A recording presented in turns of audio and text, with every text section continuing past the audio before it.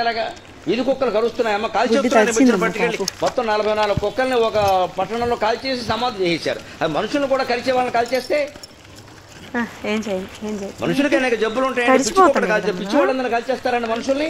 పిచ్చి వాళ్ళకేమో ఆసుపత్రులు పెడతారా, బాగు చేస్తారా, వాళ్ళేమో కౌన్సిలింగ్ ఇవ్వండి అని చెబుతారా? పిచ్చి కుక్క దానికి పిచ్చి ఎందుకు ఎక్కిందో ఆలోచిస్తే ప్రపంచం అంతా అర్థం అవుతుంది. ఎవడు తిండి పెట్టక దానికి తిండి లేక పిచ్చి ఎక్కిందమ్మా దానికి. ఇంత రొట్టె ముక్క దొరుకుతుంది. మన హిందువుల పండుగల్లో కాముని పున్నమ ఉంది. మనమంతా రంగులు జల్లుకుని వేషాలు వేస్తామే హోళీ, అది నిజానికి కాముని పున్నమ, అది రొట్టెల పండుగ. ఆ రోజు మా అమ్మగారు మాకందరికి తలో 2 రొట్టెలు ఇచ్చి కుక్కకి తినిపించరండి, ఆ తర్వాతే మీకు రొట్టె పెడతానని చెప్పి.